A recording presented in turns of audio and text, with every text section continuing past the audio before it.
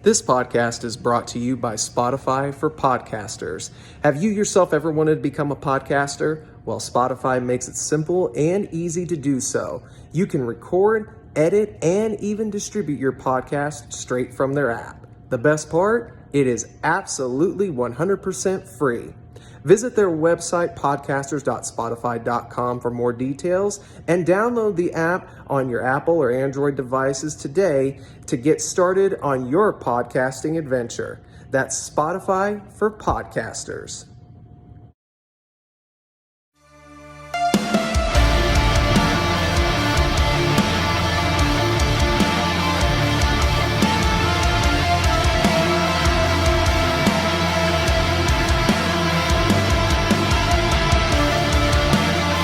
What is going on, everybody? Travis Fowler Harkrider is back once again this week with a brand new edition of the Four Corner Podcast. So, you know what that means. It's time to talk pro wrestling. And honestly, I actually really have enjoyed a lot of the shows that have been put out this past week. I mean, all three companies, including one that we'll discuss coming right at the beginning of this, have been actually doing very well. I say three companies, mainly because I'm talking about the stateside companies that make the most noise here, meaning WWE, AEW, and TNA. I do have a recommendation coming up here shortly for a New Japan match that I was very, very fortunate to get to witness, and I was honestly, it was one of those things where I was like already wanting to share it with one of my friends who's not even like a huge pro wrestling fan, but the style of the match I think is right up his alley for enjoying a pro wrestling match. But we'll get to that here momentarily. I want to bring some light to something that I thought was a very small but effective touch to the overall show presentation for WWE on Raw and SmackDown specifically. I don't know if anybody really pays too close attention to the little things or not, but if you notice with the LED guardrails that they have now and then the LED skirts for the ring and things like that, they're everywhere, right? And they usually have the logo with the big backgrounds and everything like that behind them. I don't know if anybody else caught it besides me and maybe a handful of other people that kind of noticed these little touches, but it looks like WWE's kind of toning down some of their graphics and lighting effects for the overall presentation, which I'm not mad about because like the lights that they would put on the audience members usually were the colors to represent the show that they were on. I think that's actually starting to become less frequent. I'd have to actually go back and look to see if they did any, but I don't recall that being like a huge thing this past week. But nevertheless, the LED boards now only consisted of the WWE logo plus the show logo. And I actually thought that was a really nice touch because some of those things they did down in NXT when Triple H was originally running it, they would do certain things like that where they would like cut the lights down on the audience, not put too much of a banner going across like the arena so that you didn't get distracted by the effects of videos as opposed to watching the match. And I really like that touch. I thought it was a very subtle but new touch to the main roster to bring focus to whatever's going on in the ring. So that was a great improvement. But like I said, I wanted to talk something that is very interesting, and it's over on the TNA side of things. Last week we talked about the very surprising firing of one Scott D'Amore, who was the president of TNA for the last few years. He's the one that's been accredited along with Anthem as a company overall to rebuilding this product, TNA. Of course, it had been Impact Wrestling for well over a decade at this point, and then they went back to resurrecting those three letters for the brand, which people were already talking about. I mean, I was on this very podcast talking about how exciting it was, but also on the flip side, is it something that they wanted to go back to considering the, stigma that comes with those three letters? And I'm not talking about the in-ring product, but I'm talking about mainstream's thought when they hear TNA, they think you're saying T and A. And no, we're not talking about Test and Albert. And that's a little inside joke for those of you in wrestling world. But it also, we're not referencing tits and ass. So let's kind of get that out of the way. But I really think overall now the TNA brand itself had done very well about establishing themselves for the history that they could provide when it comes to being the first alternative post WCW to WWE. And going back to that has really brought back a resurgence to the product. And then last week, when we got hit with the news that Scott D'Amore had been released by Anthem over the TNA product, it stunned everybody, including myself and several others on top of it. And this past week, you had members of the TNA roster come out as a whole. The overall roster that wanted to put their concerns out there to Anthem over the firing. They issued a statement, or a letter, if you will, which we'll put up here on the screen right now if you're watching over on YouTube, which if you're not, you should be, because this is where we put all the cool pictures up. They penned a full letter talking about their concerns and how they would, quote, like to have a dialogue to talk about TNA, the future of the company, Scott D'Amore's release, so on and so forth. And we'll see if this brings about any real change. I highly doubt it does. But in the other hand, when you've got a company, or a roster in this case, full of people who support one guy that brought the name back to prominence, rebuilt the brand, and basically said, we're starting at ground zero, and have turned it into a successful product, yeah, I think that goes a long way to have people who trust in you and that you trust them go to bat for you to say, hey, we want this guy on our team. And if they don't get Scott D'Amore back, or let's just go ahead and hypothetically say that it goes on deaf ears, does Scott D'Amore go somewhere else? Eric Bischoff tends to think that AEW would benefit most from him as opposed to WWE. I don't disagree with that. Of course, he goes into a longer explanation, and if you want to do that, you can go check out his Strictly Business podcast along with his 83 Weeks podcast. But he really did think that Scott D'Amore would be a great fit story-wise for AEW, and it's kind of hard to argue it, even though AEW, for the most part, has actually been doing pretty good when it came to storylines and shows and things like that. Obviously, the attendance and the declining TV audience is still of a grave concern, which reports have circulated stating that some members of the roster have actually become very vocal of this concern, and that Tony Khan's really starting to play this off as, hey, everything's fine, when really there's not. It's not everything is fine. There are issues that need to be addressed that, for one reason or another, maybe just haven't been addressed yet, or maybe are being ignored altogether. Of course, none of us know because we don't work for AEW, but I hope that anything that is going on behind the scenes can get resolved, because I don't want to see AEW go anywhere, just like I didn't want to see TNA go anywhere, or any alternative that can be something that other people can tune into involving pro wrestling and enjoy. Speaking of enjoyment, I told you that I was going to recommend a match to you. And for those of you who are like myself, where you're not a big fan of New Japan Pro Wrestling, but you're a fan of great wrestling, there is a lot that New Japan offers within that category. Namely, at their New Beginning show that took place a couple weeks ago, they had Bryan Danielson versus Zack Sabre Jr. 2. And a local Oklahoman, the name of Walker Stewart may ring a bell, was on call with his broadcast partner for the English commentary over at New Japan's New Beginnings, and even he was putting this over as being a match that you need to watch, and when you're done, go back and watch it again. I got to tell you, if you like sports type of authenticity when it comes to your wrestling, this is the match for you. It is very good, very well paced. I honestly think that they did great, and the story that you are getting in that match is a very simplistic one, and it's not what you may think. It's not necessarily about who's just tougher than the other. There is a different story that gets told in there. Like I said, it's pretty obvious, especially if you're somebody that's in the business like myself or others that I believe listen to this podcast or even watch it on YouTube. You'll understand what I mean by that. And I think personally their second match is better than the Wrestle Dream match. I have to go back and watch the Wrestle Dream match to really give a full, I guess, support would be for match 2 being better, but I am almost confident to say that it really was the superior of the two.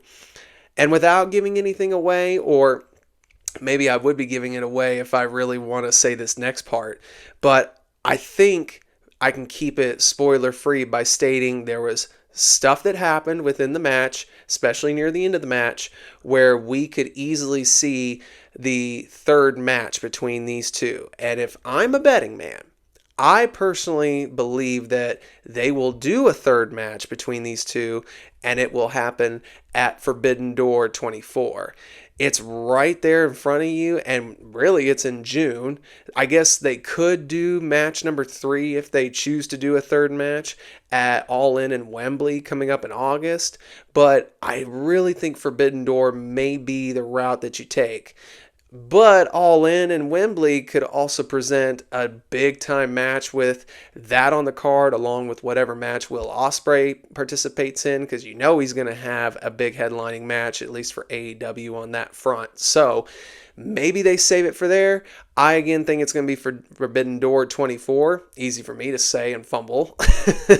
But yeah, if you haven't yet, go seek it out and enjoy Zack Sabre Jr. versus Bryan Danielson 2 from New Japan's New Beginnings a couple weeks back.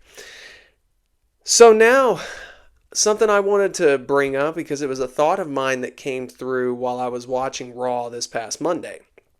And it involved the Rhea Ripley story and Liv Morgan. Of course, Liv Morgan came back and she's been on what she calls this revenge tour, which hasn't necessarily picked up a lot of steam yet. Probably just because we're just getting started. Liv's a popular person anyway, so I really think it's probably just the beginning of the story, so it's hard for people to get invested just yet. I really think, though, that we could benefit from potentially seeing a 3-way take place, depending on what story they want to go with at WrestleMania. The reason I say that is because, to me, your big money match when it comes to the women's division right now would be Rhea Ripley defending the title against Becky Lynch. And I actually want to see that. I also still want to see Liv Morgan's story play out. So my thought process would be if you can build Liv's revenge story tour up enough to where people get behind it, and you've already got the appeal of Becky Lynch and Rhea Ripley on the table, why couldn't we do a 3-way? You know, there could be some kind of schmoz that takes place, whether it be at Chamber this upcoming weekend or whether it be something that happens post-Chamber prior to WrestleMania. I think there's a lot of options that you have there, but I would not be opposed to a triple threat world women's title match involving Rhea Ripley, Becky Lynch, and Liv Morgan. I think all 3 of those people could work very well together, and I would be excited actually to see it. Now, it's a weird topic to bring up, but I saw something this morning that really piqued my interest, and it had to deal with DVDs, which we know are now becoming a dying breed, or what's the word I'm looking for? Obsolete. There we go. It's like Jeff Hardy. It's an obsolete device now, and they come very tough to come by if you're shopping out in the real world for one, unless you go on eBay or something like that. And when it comes to wrestling DVDs, I think there could really only be 3 DVDs that if you have possession of them, you kind of have, I don't want to say a gold mine, but you do have a relic that may be worth something one day in the future. And those 3 DVDs would be the Hard Knocks Chris Benoit story DVD from 2004, the Self-Destruction of the Ultimate Warrior DVD, which came out in 2005, and I believe the McMahon DVD that came out in either 2006 or 7 could arguably be the 3 most valuable DVDs that you could seek out because they're not on Peacock anywhere, and I think each one of those has their own justified reasons as to why. I know Daily Motion can sometimes have some of these over in the UK, so you probably could seek it out over on that platform. But when it comes to the actual physical item outside of eBay, I don't know many places that you'd be able to find it. And out of those three, I personally own two of them. And I wish I had actually owned all three. But I have the McMahon DVD along with the Warrior DVD. I have watched the Chris Benoit autobiography DVD, but I do not own that one because Benoit was never really one of my guys that I paid a lot of attention to anyway. But yeah, I think that's kind of fun. Do you have any relic DVDs in your collection? Or hey, maybe even VHSs that may be hard to come by now? Let me know down in the comment section below. Hear from those collectors and let's see what everybody's got in their old libraries, huh? Now, let's talk about current stuff over in WWE because we know over the last few weeks it has been a whirlwind when it comes to creative and things that are going down for WrestleMania. First off, let's talk about the cool thing that took place over on SmackDown. The Bloodline, I guess we can say, has came back to prominence with the inclusion officially as of Friday of The Rock, who came out dressed up in a now sleeveless $500 1999-esque Rock uniform. We're talking pants, sunglasses, Versace shirt, and the promo. I don't care what anybody has said on the internet wrestling community through this entire last 3 days. That promo that Rock gave was old-fashioned heel Rock that was prime real estate, and I loved every second of it. I loved him dogging on the state, the city, the people, everything. It worked great, and I didn't think we would ever see this Rock again. Are we just scratching the surface of the corporate Rock that we saw from 99 making his reemergence? Or is this the beginning of what I would actually honestly think and prefer would be even more entertaining as a combination of 99's corporate Rock with 03's Hollywood Rock? You get the comedic sense of humor mixed with the brash arrogance of that 99 Rock with the 03 Hollywood Rock. Man, that could mean absolute gangbuster promos and business overall leading up to whatever match we see coming on the horizon for The Rock. Rumoredly, he's made the pitch, and Chamber next weekend should be a strong indication of what we see with the Grayson Waller effect. But The Rock has apparently been asking and pushing for The Rock and Roman to be in a tag match against Seth Rollins and Cody Rhodes on night one of WrestleMania. And honestly, that's a big time match. You know, you've got both champions involved, you've got The Rock involved, you've got Cody involved. Who's to say that that couldn't be something exciting? You know, The Rock being involved in general is just a huge coup for WWE. If you smell what I'm cooking and what The Rock's cooking and what WWE's cooking and the Bloodline is cooking.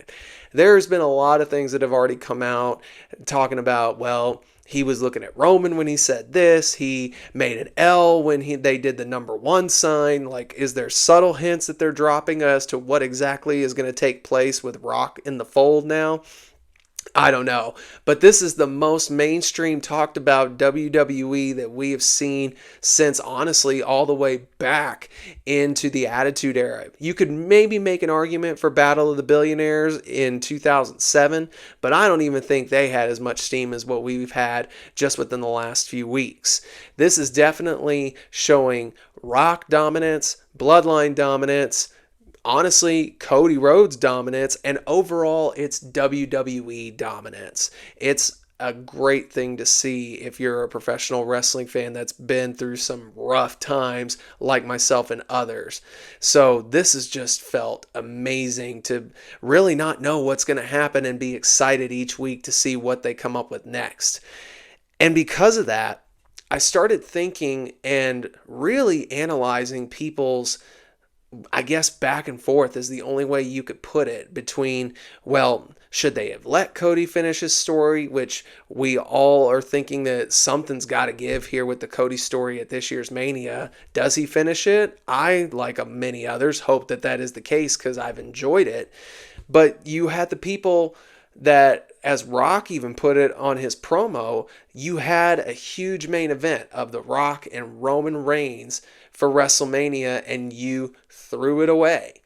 Now, obviously that's not true. We're going to get that match. It's bound to happen at this point. But I always thought you could still get away with doing it for WrestleMania this year on both nights. Rock Roman night 1, Cody Roman night 2. We've been through all that.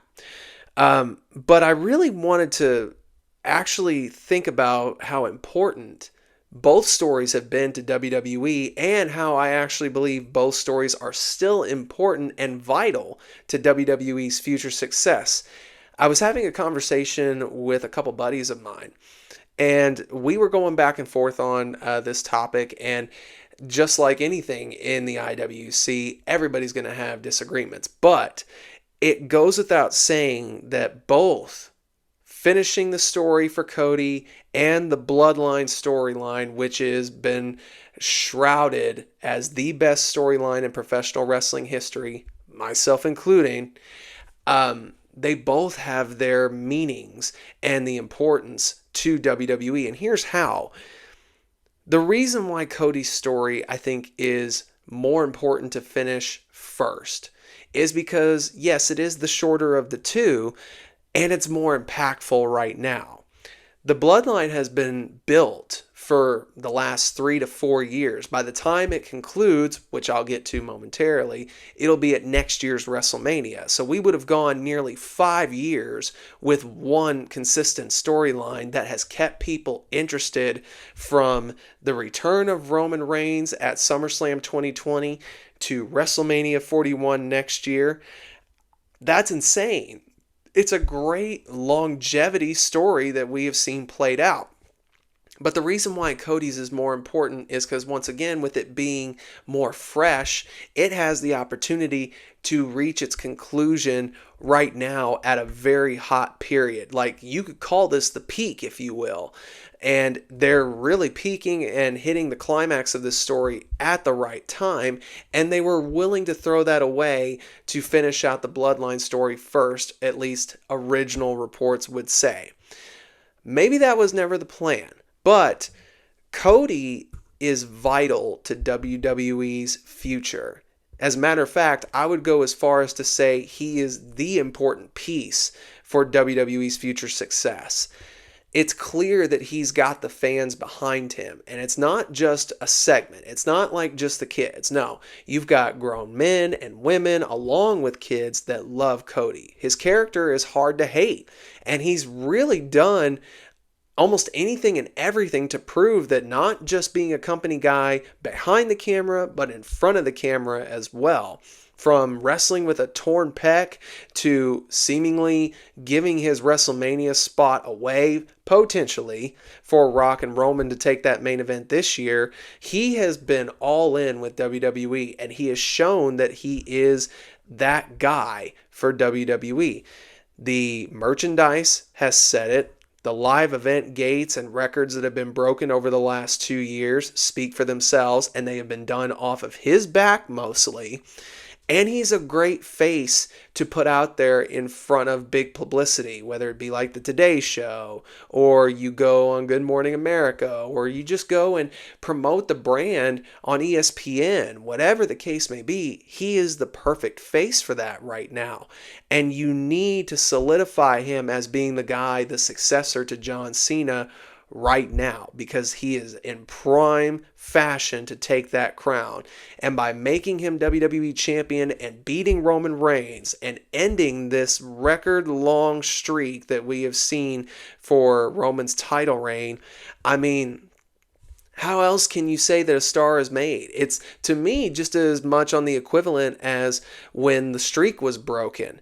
That's how this was. You know, this is the Undertaker streak, only with Roman Reigns' title reign. That's how important this is. And that's how important it will make Cody feel and be in front of the audience when he does it and takes that title. He will officially be the face of the WWE. Now, the reason the Bloodline story is important is because of the players involved in it. Roman Reigns has successfully become an attraction for WWE. The Rock coming back into the fold is an attraction for WWE. You take these two big attractions and you put them together, and you've got mainstream attention. You've got people that are very much invested, whether it be new fans, current fans, old fans coming back to check out what's going on because of Rock. It's that important. So Roman and Rock being billed to potentially main event next year's Mania is just fine, because now you've given the Bloodline its last leg that they have a full year to build on. Because think about it. You've got Rock and Roman on the same side currently by the way things look. Maybe they are, maybe they're not. But we're hypothetically going to go with they are on the same front right now. So think about how Rock has even said that he wants to play the long game with this. Well, we're going to get more than one match out of him. So why not build this? Why not build turmoil and tension within the Bloodline through a whole year? That is great TV. That's why we've enjoyed Cody's story. That's why the Bloodline story is so successful, is because it has had layer upon layer upon layer, and now we have finally reached that top layer of Rock and Roman. And I do believe using a full year to build to a one-on-one match between The Rock and Roman Reigns will also benefit WWE for that one shot, get them right then and there. Cody is important for WWE's present and future. Roman Reigns and The Rock's match is important to keep that mainstream attention on WWE and potentially bring in new and old viewers, so that Cody and his title reign and anything he does post winning that championship carries that audience moving forward with more record-breaking sales and merchandise, ticket revenue, attendance, whatever you want to go with. That's why both stories are equally as important. They are vital, and I do believe both Bloodline and finishing the story are the backbone to WWE's current and future success. Guys, that's all I got for you on this edition of the 4CP. Which story do you like better, and do you think there is one that's better than the other? Sound off. Is it the Cody Rhodes finishing his story or the Bloodline story down in the comment section below? Also, like we said earlier, let me know what you got in your DVD VHS library of wrestling tapes. Do you have any relics that maybe can't be found anymore? Also, if you're watching this on YouTube, you better have liked it and subscribed to the channel. Make sure you share it with any of your other wrestling friends. And make sure you're following all of our social media pages, Facebook, X, and Instagram. Follow me personally over on X at Travis_4CP. I hope you've enjoyed this week's episode. And as always, take care and continue to love pro wrestling.